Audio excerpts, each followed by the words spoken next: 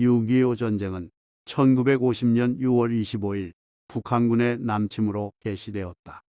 1945년 8월 15일 일본의 무조건 항복으로 제2차 세계대전이 끝을 맺게 되자 한민족의 자주독립에 대한 새 역사의 꿈은 마침내 실현되는 듯하였다.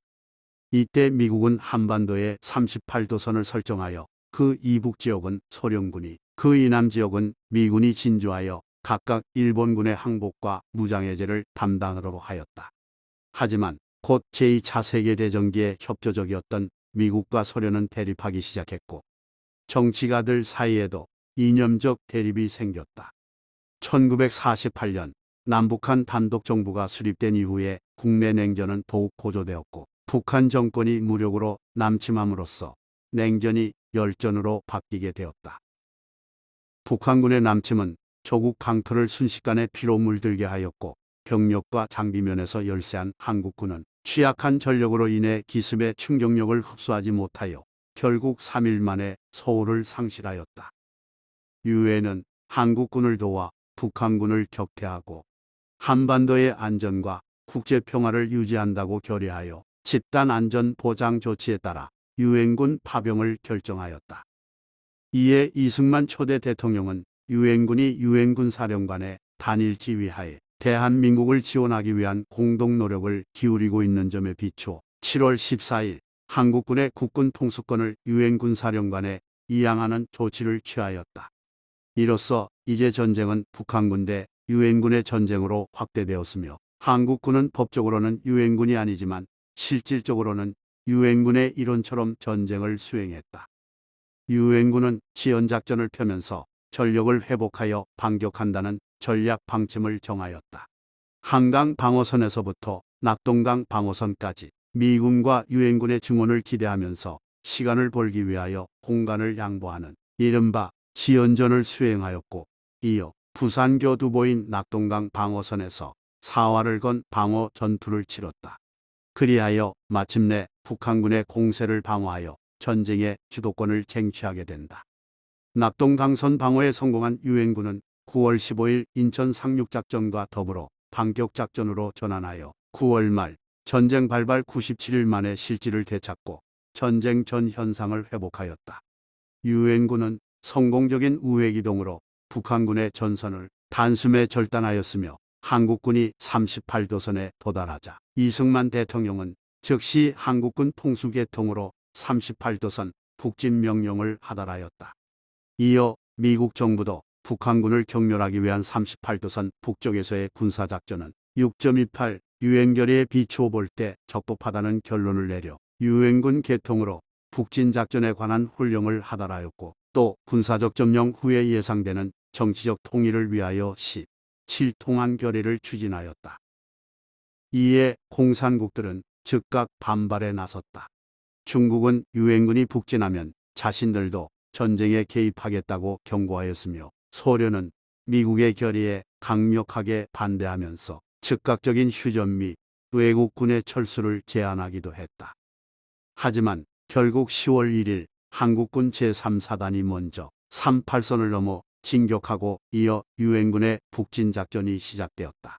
북한군의 방어선을 돌파한 유엔군은 10월 19일 평양을 탈환하고 청천 강선으로 진출했고 북한군의 저항이 거의 없는 상태가 지속되자 평양과 원산을 연결한다는 최초의 계획을 수정하여 계속 북진하라는 지시로 전환하였다. 10월 24일 청천강을 확보한 유엔군은 한만 국경선을 향한 총공세를 폈다. 유엔군 사령관 메가더 장군은 국경선 부근에서는 한국 군만을 운용해야 한다는 제한 사항마저 제거하고 모든 부대로 하여금 압록강, 두만강으로 진군하도록 독려하였지만 유엔군이 해산진과 청진을 점령한 상황에서 중공군이 압록강을 넘어 대거 개입함으로써 전쟁의 양상은 다시 한번 크게 바뀌었다. 중국은 유엔군의 38도선 북상을 확인한 직후 몇 차례 소련 및 북한과 논의한 후 항미원조 포괄위국이라는 목표로 최종 참전을 결정한다. 중공군은 10월 25일 유엔군이 박천, 운산, 원정리, 희천을 연하는 섬까지 진출하였을 때 1차 공세를 개시하였다. 이때 중공군의 참전 목적과 작전 기도를 정확히 간파하지 못한 유엔군은 중공군의 2차 공세에 맞부딪혀 큰 손실을 입었으며 11월 30일을 기하여 모든 부대가 무질서하게 철수하기 시작했다. 유엔군은 비로소 중공군이 대대적으로 개입한 사실을 확인하게 되었으며 반격을 개시한 지 71일 만에 철수작전으로 전환할 수밖에 없었다. 조중연합군은 몇 차례의 내부적인 갈등을 겪은 후 3차 공세를 개시하여 38선을 돌파하였고 계속해서 4, 5차 공세를 이어갔다.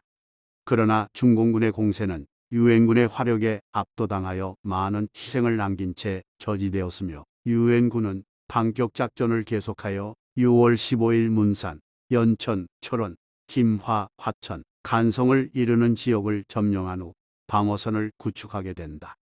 한편 이 무렵 어느 쪽에서나 위험한 반격보다는 안정적인 봉쇄나 현상유지 정책이 타협안으로서 힘을 얻고 있었다.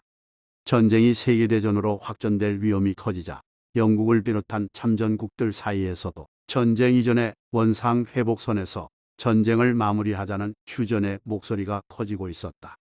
이전에도 계속 정전에 대한 말이 오고 갔지만 유엔군과 조중연합군은 1951년 6월 한반도 문제를 더 이상 군사적으로 해결하기 어렵다고 판단하고 협상에 의해 해결하고자 했고, 그렇게 중공군의 5차 공세가 종료될 무렵인 1951년 6월 3일 조직해난이 휴전을 위한 미소 회담의 개최를 제의하여 6월 23일 조중연합군 측이 유엔 주재 소련대사 말리크를 통해 호응함으로써 정전회담 개최에 합의하게 되었다. 군사적인 승패가 아닌 정치적 타협으로 전쟁을 마무리하기로 결정하고 1951년 7월 10일부터 개성에서 휴전회담에 들어갔다. 그렇게 6.25 전쟁은 발발된 지 3년 1개월 만인 1953년 7월 27일 마침내 북한군, 중공군, 유엔군 측의 미군 대표가 휴전협정을 서명하면서 마무리되었다. 이때 한국 정부는 휴전을 인정할 수 없다고 하여 대표를 참석시키지 않았다.